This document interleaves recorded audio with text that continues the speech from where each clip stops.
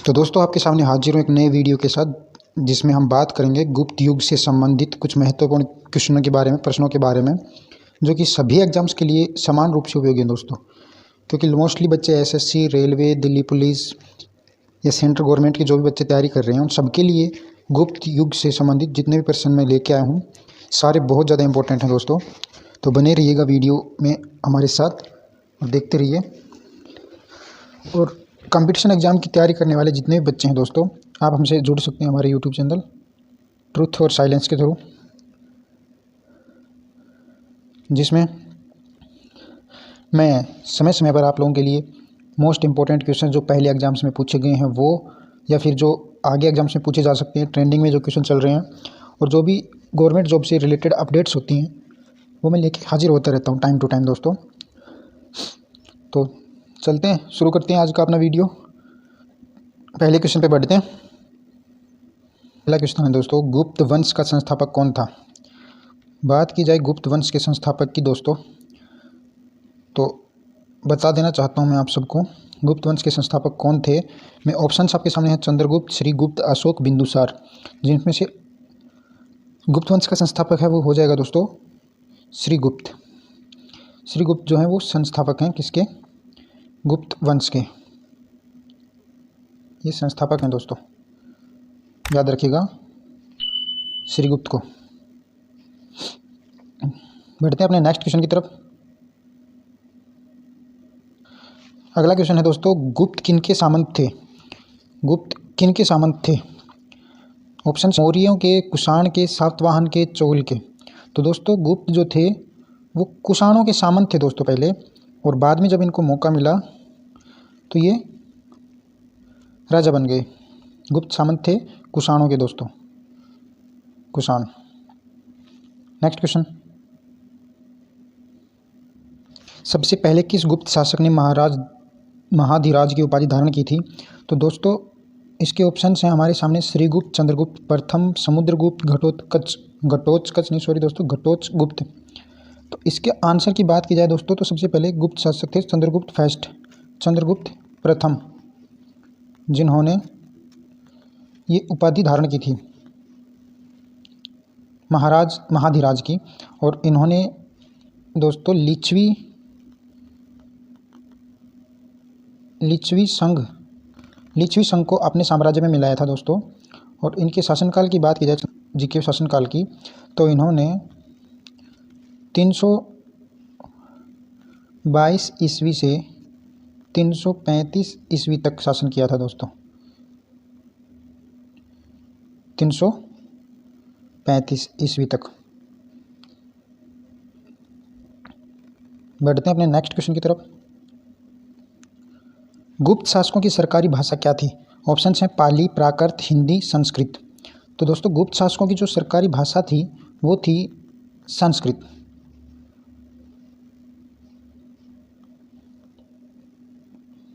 बढ़ते हैं next question की तरफ। भारत का नेपोलियन किसे कहा जाता है? तो दोस्तों वेरी इंपॉर्टेंट क्वेश्चन है, और आज तक पता नहीं कितने करोड़ों बार एग्जाम्स में पूछा गया होगा, फिर भी ये एग्जाम्स की दृष्टि से हमेशा महत्वपूर्ण क्वेश्चन रहता है दोस्तों। भारत का नेपोलियन समुद्रगुप्त को कहा गया है दोस्तों, समुद्रगुप्त को। और इन्हीं की एक मिनट दोस्तों, इन्हीं की वीणा बजाते हुए प्रतिमा अंकित है सिक्कों पर। तो दोस्तों समुद्रगुप्त इसका राइट आंसर हो जाएगा। भारत का नेपोलियन समुद्रगुप्त को कहा जाता है दोस्तों। नेक्स्ट क्वेश्चन, वंश का वह राजा जिसने हूणों को भारत पर आक्रमण करने से रोका। इसके ऑप्शंस हैं: कुमारगुप्त, समुद्रगुप्त, स्कंदगुप्त और चंद्रगुप्त। तो दोस्तों इसका राइट आंसर है वो हो जाएगा स्कंदगुप्त। स्कंदगुप्त ने हूणों को भारत पर आक्रमण करने से रोका था दोस्तों। मतलब कहने का ये है कि हूणों ने जब भारत पर आक्रमण किया था तो इन्होंने उनके आक्रमण को असफल कर दिया था स्कंदगुप्त ने। तो राइट आंसर हमारा हो जाएगा स्कंदगुप्त। नेक्स्ट क्वेश्चन है दोस्तों, अजंता चित्रकारी की विषय वस्तु किससे संबंधित थी? इसके ऑप्शंस हैं: जैन धर्म, बौद्ध धर्म, वैष्णव धर्म और शैव मत। यहाँ से राइट आंसर जो है दोस्तों वो हो जाएगा हमारा बौद्ध धर्म। अजंता की जो चित्रकारी है वो बौद्ध धर्म से रिलेटेड है दोस्तों। नेक्स्ट क्वेश्चन है दोस्तों, एरण अभिलेख किस शासक से संबंधित है? Options are Brahmagupta, Chandragupta second, Bhanugupta. तो एरन अभिलेख जो सबसे इम्पोर्टेंट अभिलेखों में गिना जाता है दोस्तों, वो संबंधित है भानुगुप्त से। कौन से शासक से संबंधित है? भानुगुप्त से दोस्तों।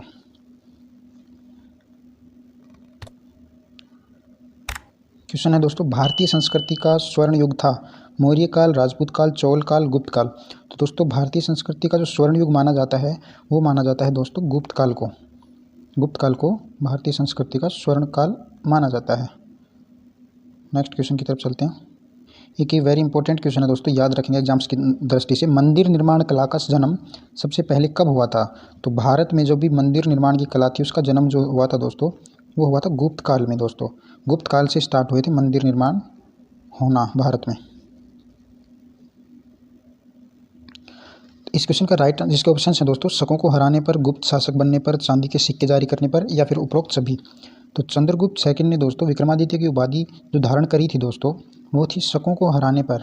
शकों को हराकर चंद्रगुप्त सेकंड ने एक मजबूत साम्राज्य की नींव डाली थी और इन्होंने विक्रमादित्य की उपाधि धारण करी थी। तो राइट आंसर हो जाएगा दोस्तों चंद्रगुप्त सेकंड। एक वेरी इंपॉर्टेंट क्वेश्चन दोस्तों लिख रहा हूँ मैं। अजंता की गुफाओं में किन गुफाओं का निर्माण गुप्त काल में हुआ? जिनमें ऑप्शंस हैं 14, 15, 16, 2, 3, 4, 16, 17, 19 या फिर सभी का। तो दोस्तों आज से पहले मेरे हिसाब से आप लोगों ने ये क्वेश्चन नहीं देखा होगा। इस क्वेश्चन का राइट आंसर जो है वो अजंता की गुफाओं में 16, 17 और 19 नंबर की जो गुफाएं हैं दोस्तों, 16, 17 और 19, 16, 17, 19 नंबर की जो गुफाएं हैं उनका निर्माण गुप्त काल में हुआ था दोस्तों।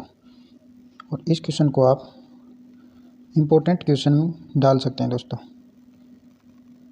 वेरी इंपॉर्टेंट क्वेश्चन ये वाला क्वेश्चन है दोस्तों। हरिसेन किस शासक का दरबारी कवि था? ऑप्शंस हैं समुद्रगुप्त, अशोक, कनिष्क या फिर चंद्रगुप्त। हरिसेन जो है दोस्तों वो कनिष्क के दरबारी कवि थे। और प्रयाग जो प्रशस्ति है, एक मिनट दोस्तों मैं अपनी जानकारी दुरुस्त कर लेता हूँ। हरिसेन किस शासक का दरबारी कवि था? तो दोस्तों ऑप्शन हैं समुद्रगुप्त, अशोक, कनिष्क, चंद्रगुप्त। इसमें से राइट आंसर जो है दोस्तों वो हो जाएगा समुद्रगुप्त। और समुद्रगुप्त के जो दरबारी कवि थे हरिसेन, इन्होंने ही प्रयाग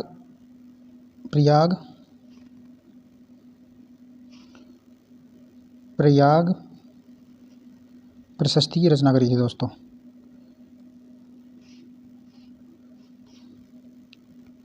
प्रयाग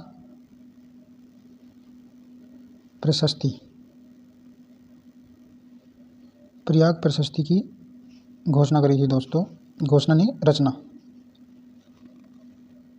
हमारा अगला क्वेश्चन है गुप्त काल की सोने की मुद्रा को क्या कहा जाता था?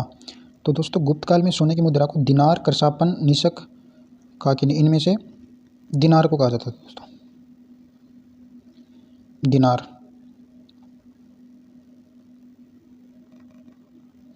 नेक्स्ट क्वेश्चन है कुमार संभव महाकाव्य किस कवि ने लिखा?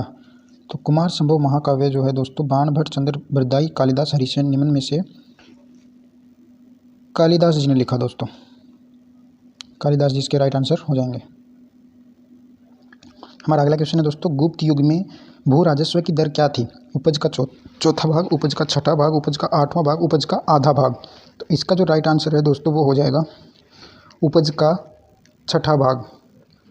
उपज का छठा भाग मतलब जितना अनाज उत्पन्न होगा उसका छठा भाग सरकार भू राजस्व के रूप में ले लेगी।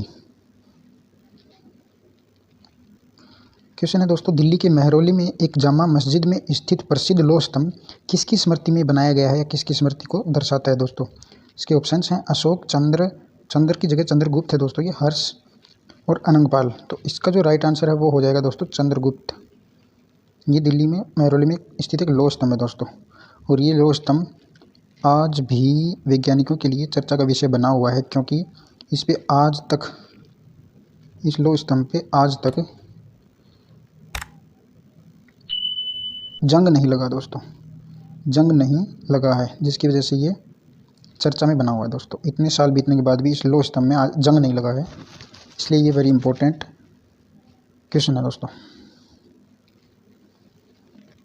नेक्स्ट क्वेश्चन है दोस्तों बाल विवाह की प्रथा किस युग में आरंभ हुई? हम दोस्तों सुनते आ रहे, बार बार सुनते आ रहे हैं बाल विवाह, बाल विवाह, बाल विवाह। तो उस प्रथा की शुरुआत जिस युग में हुई थी उसके ऑप्शंस हमारे मौर्य काल, कुषाण वंश, गुप्त वंश, हर्षवर्धन के वंश में। तो इसका जो राइट आंसर है दोस्तों वो हो जाएगा यहाँ से गुप्त वंश में बाल विवाह की शुरुआत हुई थी दोस्तों, बाल विवाह की शुरुआत। नेक्स्ट क्वेश्चन है दोस्तों, सती प्रथा का पहला उल्लेख कहाँ से मिलता है? ऑप्शन हैं भीतरगांव लेख से, चिलसद स्तंभ से, एरन अभिलेख से, भीतरी स्तंभ से। तो इसका जो राइट आंसर है दोस्तों वो हो जाएगा एरन अभिलेख से। और एरन अभिलेख के बारे में अभी अभी हम पढ़ के आए हैं पहले क्वेश्चन में कि ये जो एरन अभिलेख है ये किससे संबंधित है? भानुगुप्त से। भानुगुप्त जो शासक हैं गुप्त वंश के, उनसे संबंधित है एरन अभिलेख। और सबसे पहले यहीं से सती प्रथा का उल्लेख मिला है दोस्तों। अगला क्वेश्चन है दोस्तों, गुप्तकालीन सिक्कों का सबसे बड़ा ढेर कहाँ से प्राप्त हुआ? तो गुप्त काल के जो सिक्के थे उनमें सबसे बड़ा ढेर जो है दोस्तों बयाना, भरतपुर, देवगढ़, झांसी, भूमरा मध्य प्रदेश, तिगवा मध्य प्रदेश। इन ऑप्शंस में से दोस्तों सबसे बड़ा ढेर जो है वो है बयाना, भरतपुर में प्राप्त हुआ है दोस्तों। बयाना, भरतपुर में सबसे बड़ा ढेर गुप्तकालीन सिक्कों का। दोस्तों नेक्स्ट क्वेश्चन हमारा है, नालंदा विश्वविद्यालय का संस्थापक किसे माना जाता है? तो इसके ऑप्शंस हो जाएंगे कुमारगुप्त फर्स्ट, स्कंदगुप्त, समुद्रगुप्त, चंद्रगुप्त। तो इसमें से नालंदा विश्वविद्यालय का संस्थापक जो है वो दोस्तों वो है कुमारगुप्त फर्स्ट को नालंदा विश्वविद्यालय, जो कि विश्व प्रसिद्ध विश्वविद्यालय माना जाता है दोस्तों, माना जाता था, जिसकी चर्चा आज तक की जाती है। तो वो उसकी स्थापना कर जो कि गुप्त वंश के एक इम्पोर्टेंट शासक हुए हैं। नेक्स्ट क्वेश्चन है दोस्तों, वह प्रथम भारतीय विद्वान जिसने गणित को एक अलग विषय के रूप में स्थापित किया। ऑप्शन हैं आर्यभट्ट, ब्राह्ममिहिर, ब्रह्मगुप्त, धन्वंतरी। इन चारों में से दोस्तों हमें बताना है उस प्रथम भारतीय विद्वान का जिसने गणित को एक अलग विषय बनाया, अलग विषय के रूप में स्थापित करवाया। ऑप्शन हमने देख लिए, राइट आंसर है दोस्तों क्या सबको पता है दोस्तों? आर्यभट्ट जी दोस्तों पहले भारतीय विद्वान थे जिन्होंने गणित को, मैथ को एक अलग विषय के रूप में स्थापित किया। इम्पोर्टेंट क्वेश्चन है दोस्तों, नोट करते चलें, दिमाग में बैठा लें इस बात को। ऑप्शन हैं दोस्तों चंद्रगुप्त फर्स्ट, चंद्रगुप्त सेकंड, स्कंदगुप्त। सर्वराजोत्सेता मैं बता देता हूं दोस्तों, सर्वराजोत्सेता की उपाधि जो है वो समुद्रगुप्त ने धारण करी थी दोस्तों। और सर्वराजोत्सेता का जो मतलब है वो मैं बता देता हूं। इसका मतलब है सभी राजाओं को हराने वाला। तो सभी राजाओं को जो हराने वाला है दोस्तों उसकी उपाधि धारण करी थी समुद्रगुप्त ने। वेरी इंपॉर्टेंट क्वेश्चन है दोस्तों, very very important question, note करके चलेंगे इस बात को। गुप्त राजा जिसने विक्रमादित्य की उपाधि धारण की दोस्तों, इससे पहले हमारे एक क्वेश्चन आ चुका है इससे संबंधित। ऑप्शन हैं स्कंदगुप्त, समुद्रगुप्त, चंद्रगुप्त सेकंड और कुमारगुप्त। यहाँ से हमने पढ़ा था पहले क्वेश्चन में दोस्तों कि चंद्रगुप्त सेकंड ने विक्रमादित्य की उपाधि क्या करने पर धारण करी थी? शकों को हराकर धारण की थी दोस्तों। तो चंद्रगुप्त सेकंड इसका राइट आंसर हो जाएगा। नेक्स्ट क्वेश्चन है दोस्तों, गुप्तकालीन पुस्तक नवनीतकम का संबंध किससे है? इंपॉर्टेंट क्वेश्चन है दोस्तों, आज तक शायद ही पूछा गया हो किसी एग्जाम में, तो याद रखेंगे इस क्वेश्चन को। ऑप्शंस हैं नवनीतकम का संबंध खगोल शास्त्र से है, गणित से है, चिकित्सा से है, धातु विज्ञान से है। तो गुप्त काल की जो पुस्तक है नवनीतकम, ये वाली दोस्तों, इस पुस्तक का संबंध है चिकित्सा से दोस्तों, चिकित्सा से इसका संबंध है दोस्तों, याद रखेंगे, इंपॉर्टेंट क्वेश्चन है। गुप्तकालीन पुस्तक है नवनीतकम और चिकित्सा से संबंधित है दोस्तों। तो ये थे दोस्तों आज के हमारे कुछ मोस्ट इंपॉर्टेंट क्वेश्चंस गुप्त काल से संबंधित। उम्मीद करता हूँ आपको वीडियो अच्छी लगी होगी, पसंद आई होगी। आपके लिए वेरी इंपॉर्टेंट क्वेश्चन सुन के लाया था मैं, और मुझे उम्मीद है कि ये वीडियो आपको उपयोगी साबित होगी आपके लिए। तो अगर आपने पहली बार हमारे चैनल पर आए हैं तो please subscribe the channel truth और साइलेंस। थैंक यू दोस्तों।